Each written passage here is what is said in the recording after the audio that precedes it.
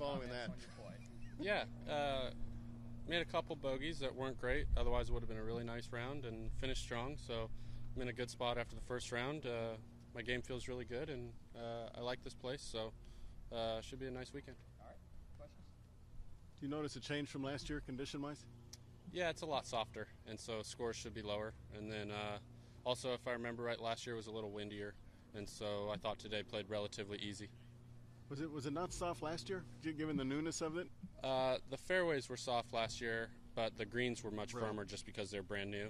And now the greens are a little softer, so it's easier to get it close.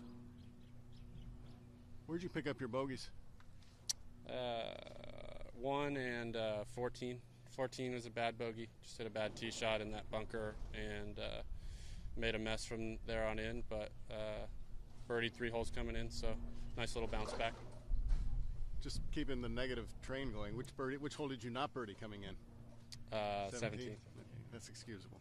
You guys feel like you're getting some momentum going that you had last fall? Yeah, I feel like I played well closing out the last year, and my game feels really good. It feels like it's in a good spot, and I got a good program for getting ready for events right now, and so I'm really looking forward to this year. And it's always nice to start off the year here in Maui. How do you look at your season when you consider the majors and some of the bigger events, and then filling in your schedule? Is it places you like, or is it places you need to get ready for where you're headed? I think playing well is the best place to get ready for the places that I'm headed, and for me, that's playing places that I like. And so I'm going to play a decent amount the California swing and play some of my favorite events this year, like Hilton Head or other places that I've played well. And other than that, it's just prepping really well for the majors. And I feel like Augusta is one of my favorite spots, so it'll be nice to go back there so quickly after we just were there in November. Is there a place that became a favorite that wasn't initially? I've learned to enjoy this place.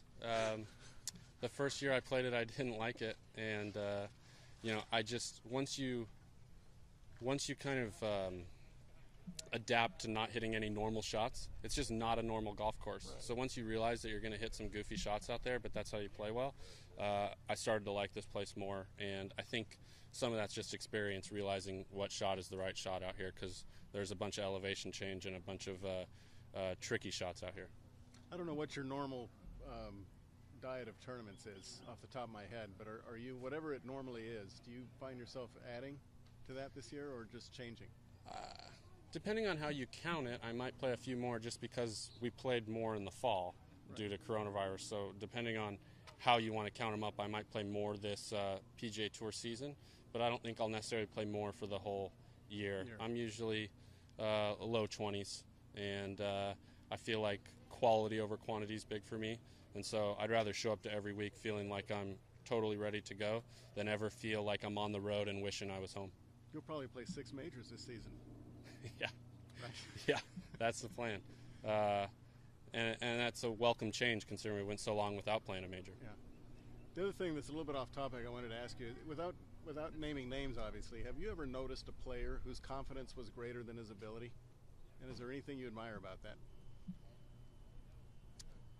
In a weird way, I think a lot of people out here are like that, and I don't think you get to the top of the game or get to be really successful without having a bit of that.